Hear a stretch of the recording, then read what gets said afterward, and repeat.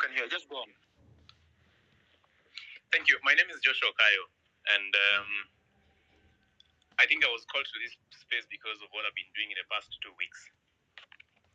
Number one, I must say that I'm a sad man today because of the number of bodies, lifeless bodies that have been discovered, and it's so painful. It actually reminded me of when I was abducted, and I thought about it. Probably I would have been part of that statistics today. It's really painful, very painful, and something has to be done. And that's why I'm going to start with a Bible verse I wrote today. And the verse is Joshua chapter 1, verse 9.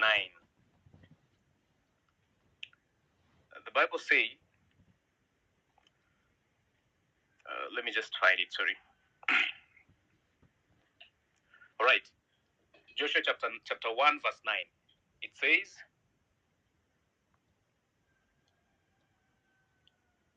"Have I not commanded you? Be strong and courageous. Do not be terrified. Do not be discouraged. For the Lord your God will be with you wherever you go." That is Joshua 1:9. Thank you. I also want to follow that with a quote from Martin Luther King that protest is the language of the unheard. Friends, over the past 2 weeks, I realized that we have been having conversations on Twitter, on X Spaces, sorry. We've been having conversations everywhere in meetings. But then there's a group of people that we've left behind. There's a group of people that does not have, someone that does not have a phone. This group, they do not have phones or smartphones for that matter. These are people who never get to see what's happening in the spaces. And at some point, especially when we were heading towards the Occupy JKIA, the media did not effectively report, or rather really help us to amplify what we needed to amplify at that time. And that means there are people who did not get information because probably they depend on radios or they depend on TVs, but then at that point it was not amplified as such. So that is a number that we lost just because we never reached out to them effectively. That is why I decided to go down on the ground. I said it is important that everyone gets to know what we are doing and what we are up to. Someone mentioned here before that these people have the information. I want to affirm that by saying that people have an idea of what is happening. People have an idea of really what the Gen Zs, as we say, the movement is doing. But they want a reason to be part of it. They want a reason to, some people want a reason to go to the streets. Some people are not just, they just don't go with the waves. They want someone to speak to them, and they want to understand 1, 2, 3 things to be cleared here and there before they can get themselves up to go to the streets and to fight for what is rightfully theirs. And I'm telling you, really, on civic education and especially the groundwork, a robust and effective civic education is that which is, in addition to the immense knowledge that probably you and I have, a deep understanding of those issues, the kindness with which you communicate, and probably humility, there needs to be a touch of audacious creativity and madness. You have to be a little bit mad for you to succeed in addressing and communicating the issues that we are taking to the ground. Because, take for example, the day I was traveling and I was in let me just say, a coach bus. And I decided of the 52, is it 50, 40, I think 45 passengers, I was the only one who stood up and said, I want to speak to these people. And I took about 7 minutes speaking to the people as to what is happening in the country and telling them about Nane Nane. Of these 45 people, only one person was against what I was saying. But this person was not against what I was saying because really he is supporting the government. This person was against going to the streets because he's a guy whose brother had been killed in the protests. He was so angry. He was hurt. He was in pain. At this time, he was traveling from home, going back to Nairobi after the burial.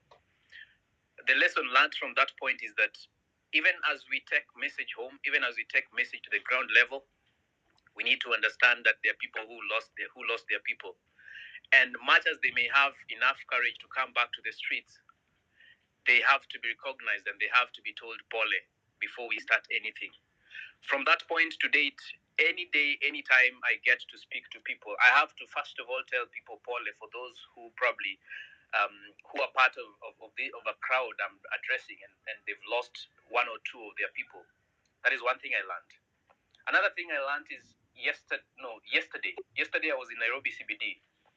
I was speaking to a group of people, and I realized that these people actually have knowledge, and people are discussing on the ground what is happening.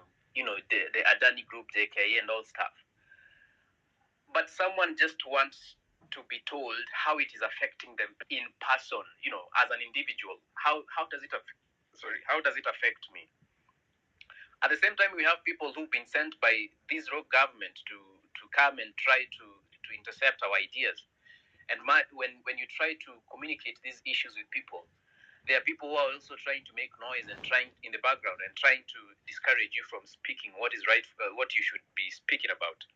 So these are some of the things that require madness for you to be able to speak in the midst of people who are shouting at the background and people who are actually ready to fight you, people who have been probably some have been paid, some are in contracts and who want to come forth and just disorganize organized crowds.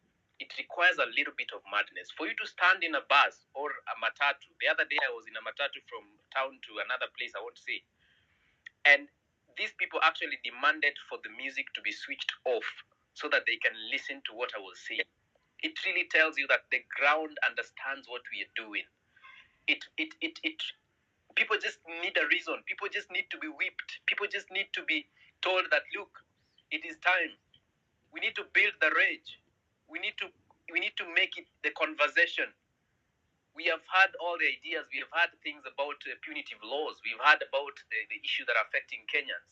I can speak about so many issues. University fees. I can talk about the university I went to, University of Nairobi. I paid 26,000 every year. Right now they are paying, I don't know, in hundreds of thousands every year, academic year. I paid only 5,400 for accommodation. Right now they are paying, I think, 39 or so thousands every year. I mean, every semester. We can talk about the acts and everything. We can talk about the carbon credits and people adopting forests, you know, Rachel Ruto adopting forests, and we know what is behind that really. We can talk about the livestock bill and the punishment for any offense committed within that act. 500,000 Kenya shillings or 1 year in prison. I mean, for a normal Kenyan. You understand? Really, these are the things we need to tell people. These are the things we need to communicate even as we do groundwork. Now, ways of doing civic education are so many. Me, I've done matatus and buses and markets. I've done border shades. It is upon us. It behooves us to now all go out and not just concentrate on X spaces, but actually go to the common mwananchi at the lowest level, who is seated in a market somewhere in Uyoma with fish and mboga selling. Talk to them. Understand first where they're coming from. Understand really what they've had already.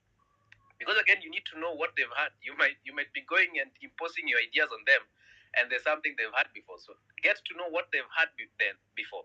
Then after that, now build on that conversation. Let us go to markets. Let us go to border shades. Let us go to churches. Actually, you go to churches, talk to the priest or anyone in charge before. Let them know that this is my agenda. This is what we are doing. We have only 4 or 3 days left to have the biggest protest day in Kenya. Let them know that, look, all of your voices are needed. And if you don't give me a chance to speak today in your church, then even God might deny you a chance to get to heaven. Let us go to bonding and team building activities. Those who are going to have team building activities between today and Wednesday, let us go to those spaces. Mobilize people. Parties and ceremonies. Kuna watu wako parties leo usiku. Let us get to them. Let us get to I know quite a number of universities are closed right now. But this is a war that is not ending today. So even as we proceed with the war, come in September, October, let us get to universities and colleges, because I have a very credible information that there are certain university leaders or student leaders who are paid to mobilize people to have event on the day you are supposed to go to JKIA, so that these students are more consumed in their events, that they don't get a time to come for the protest. So this government is using every way, any way, to try to thwart our energies, to thwart our efforts. And this is the time that we must rise up, everybody and anybody, to speak against impunity. Let us go to TikTok. I have actually, recently decided to know how to use TikTok pretty well, because I realized so many Kenyans are following stuff on TikTok, and you can see the feedback. The feedback is that, look, we are behind you. Let us do it together. Let us go all out and convince our brothers and sisters that this war is for every Kenyan. And one thing that the people of Kenya don't really resonate with is the fact that we are making this war to be a war of Gen Zs only. Let us say this is a war of Kenyans. Yes, the revolution was started by Gen Zs. It has been led by Gen Zs for a substantial amount of time, but it is time that every Kenyan comes out and speak against the ills and the things that this government is doing. Now, finally, I would want to make just a message to any police officer or defense or members of the defense forces who are listening. Yes. Look, we are your brothers and sisters.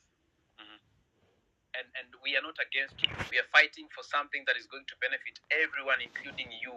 We are your brothers and sisters. You are our fathers. You are, everything. Please, you've seen what have been done in other countries. Come together. Let us join hands and let us speak to the truth. For our religious leaders, especially Supkem of today, said that we should suspend, or rather we should halt the Thursday protests. I want to tell them we are not halting. We are going forth and marching to occupy what is ours. So the religious leaders, those who have not spoken, please come out, be on the right side of history, and make it known that you want a better Kenya. Make it known that at some point in 2024, you supported the people of Kenya against an illegal government. Finally, and very final, this is a just cause. I normally say when the cause is just, conquer we must. Let's go forth and conquer, ladies and gentlemen.